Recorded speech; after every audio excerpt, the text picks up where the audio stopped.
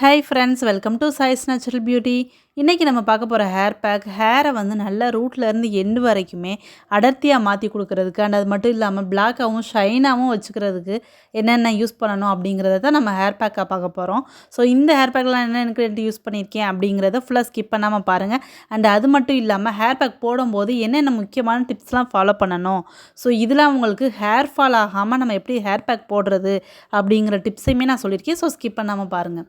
So first நான் என்ன எடுத்திருக்கேன்னு பார்த்தீங்கன்னா வெந்தயம் தான். ஸோ வெந்தயத்தை வந்து நம்ம ஓவர் நைட்டே ஊற வச்சு எடுத்துக்கிறணும். ஸோ இப்போ வந்து இங்கே கொஞ்சம் மழையாக இருக்கிறதுனால நான் ரொம்பவே கம்மியான அளவு எடுத்திருக்கேன். உங்களுக்கு நீங்கள் கிளைமேட் அண்ட் உங்களோட ஹெல்த்தை பொறுத்து நீங்கள் தேவையான அளவு எடுத்துக்கோங்க. ஸோ வெந்தயம் வந்து ஹேருக்கு ரொம்பவே நல்லது அண்டு குளிர்ச்சிங்கிறது வந்து நம்ம ஹேருக்கு வந்து ரொம்பவே முக்கியம். ஏன்னா ஹீட்டாக இருந்துச்சுன்னா ஹேர் ஃபால் அதிகமாகும். ஸோ அதுக்கு நம்ம வெந்தயத்தை கண்டிப்பாக எடுத்துக்கணும். அண்ட் அது மட்டும் இல்லாமல் ரூட்டில் வந்து நல்ல ஹேரை வந்து டைட்டாக நம்மளுக்கு பிடிச்சிக்கிறதுக்கு ரொம்பவே யூஸ்ஃபுல்லாக இருக்கும். ஸோ ஹேர் லாஸ் ஆகாமல் இருக்கிறதுக்கு அண்ட் அது மட்டும் இல்லாமல் ஸ்ப்ளிட்டன்ஸ் வந்து நிறையா இருக்கும். இப்போலாம் சம்மர் டைம்ங்கிறதுனால ரொம்பவே இருக்குது. ஸோ இதிலேருந்து நம்மளை பாதுகாத்து கொடுக்கும். ஸோ நெக்ஸ்ட் நான் என்ன எடுத்திருக்கேன்னு பார்த்தீங்கன்னா கொய்யா இலை தான். எனக்கெலாம் கொய்யா இலையெல்லாம் கிடைக்காதுங்க அப்படின்னா நீங்கள் கவலைப்படாதீங்க. இதுதான் போடணுங்கிறது இல்லை. பட் இதுலேயும் நிறைய பெனிஃபிட்ஸ் இருக்குங்கிறதுனால நம்ம ஹேர் பேக்ஸுக்கு யூஸ் பண்ணுறோம். நீங்கள் வந்து செம்பருத்தி இலை அல்லது உங்களுக்கு என்ன லீஃப் இங்கே கிடைக்குமோ அதை நீங்கள் தாராளமாக யூஸ் பண்ணிக்கலாம். முருங்கை இலை இந்த மாதிரி. ஸோ இந்த கொய்யா இலை வந்து டேண்ட்ரஃபுக்கு வந்து ரொம்பவே நல்லது. அண்ட் அது மட்டும் இல்லாமல் ஸ்கேல்ப்பை வந்து நல்லா ஸ்ட்ரென்தன் பண்ணுறதுக்கு ரொம்ப யூஸ்ஃபுல்லாக இருக்கும். ஸோ அதனால தான் நம்ம எடுத்துக்கிறோம். ஸோ கிடச்சிச்சின்னா கண்டிப்பாக யூஸ் பண்ணுங்கள். அண்ட் அது மட்டும் இல்லாமல் ரொம்பவே முறமுறப்பான ரஃப்பான இலையாக எடுத்துக்கிறாமல் இந்த மாதிரி நல்லா கொழுந்து இலையாக எடுத்துக்கிட்டிங்கன்னா இன்னுமே ரொம்பவே யூஸ்ஃபுல்லாக இருக்கும்.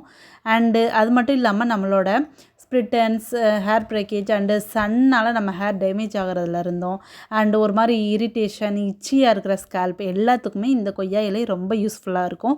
ஸோ அதனால தான் கண்டிப்பாக நம்ம இந்த கொய்யா இலையை வந்து ஹேர் பேக்ஸில் யூஸ் பண்ணுறோம். ஸோ நெக்ஸ்ட்டு வந்து பார்த்திங்கன்னா செம்பருத்தி பூ தான். செம்பருத்தி பூவில் வந்து நிறைய விட்டமின்ஸ் இருக்குதுன்னு நம்ம நிறையவே பார்த்துருக்கோம். ஸோ இது நம்ம ஹேரை வந்து நல்ல ஒரு ஷைனாகவும் நம்ம ஹேரோட pH லெவலை மெயின்டைன் பண்ணுறதுக்கும் ஹேரோட கலரை வந்து நேச்சுரலாக மெயின்டைன் பண்ணுறதுக்கு ரொம்ப யூஸ்ஃபுல்லாக இருக்கும்.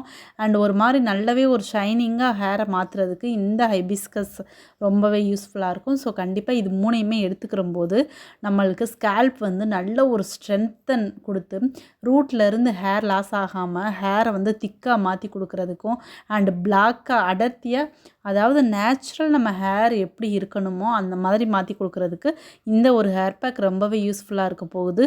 ஸோ கண்டிப்பாக ஸ்கிப் பண்ணாமல் எடுத்துக்கோங்க. நான் சொன்ன மாதிரி நீங்கள் உங்களுக்கு கொய்யா இலை கிடைக்கலன்னா நீங்கள் வந்து உங்களுக்கு எந்த லீவ்ஸ் கிடைக்குதோ அதை தாராளமாக எடுத்துக்கோங்க.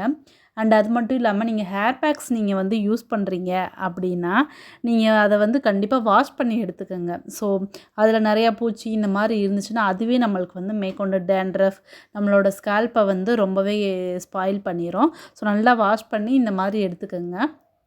நான் வந்து வெந்தயம் கொஞ்சம் தான் சேர்த்துருக்கேன். ஸோ அதனால் எனக்கு வந்து நல்லா இந்த ஃபார்மில் தான் கிடச்சிருக்கு. நீங்கள் வெந்தயம் அதிகமாக போட்டிங்கன்னா நல்லா ஒரு உளுந்து மாவு அரைச்சி எடுத்து அந்த ஒரு ஃபார்முக்கு வந்துடும் மொதுன்னு. ஸோ நீங்கள் அந்த மாதிரி எடுத்துக்கோங்க. ஸோ நான் இன்றைக்கி வந்து இந்த மாதிரி தான் எடுத்திருக்கேன். ஸோ நம்ம வந்து ரொம்பவே லிக்விடாக எடுத்துக்கிற போது அது டேரெக்டாக ஈஸியாக போய் ஸ்கேல்ப்பில் வந்து அப்ளை ஆகிறதுக்கு ஈஸியாக இருக்கும். அண்ட் அது மட்டும் இல்லாமல் இந்த மாதிரி நம்ம கன்சிஸ்டன்சியில் எடுத்தோம்னா கீழேயும் ஸ்பில் ஆகாது. அண்ட் அது மட்டும் இல்லாமல் நம்மளுக்கு வந்து ஹேர்லேயும் நல்லா அப்சர்வ் ஆகும். ஸோ ரூட்டு டு எண்டு வரைக்கும் நல்லா அப்ளை பண்ணிக்கோங்க.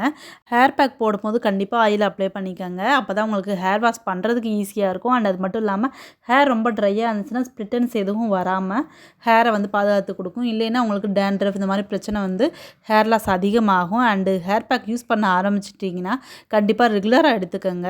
இல்லைன்னா நம்ம வந்து புதுசாக நம்ம விட்டு பண்ணோம்னாலே அதனாலேயே நம்மளுக்கு நிறையா ஹேர் லாஸ் ஆகும். ஸோ கண்டிப்பாக உங்களுக்கு இந்த வீடியோ யூஸ்ஃபுல்லாக இருக்கும்னு நினைக்கிறேன். அண்டு கண்டிப்பாக எல்லாருமே ட்ரை பண்ணுங்கள். ஏன்னா எல்லாமே நேச்சுரல் இன்க்ரீடியன்ட் தான், தாராளமாக நீங்கள் யூஸ் பண்ணி பார்க்கலாம். அண்ட் இந்த வீடியோ வந்து உங்களுக்கு ரொம்பவே யூஸ்ஃபுல்லாக இருக்கும்னு நினைக்கிறேன். யூஸ்ஃபுல்லாக இருந்துச்சுன்னா மறக்காமல் என்னோட சேனலை சப்ஸ்கிரைப் பண்ணுங்கள். அண்ட் உங்கள் ஃப்ரெண்ட்ஸ் அண்ட் ஃபேமிலிக்கும் ஷேர் பண்ணுங்கள்.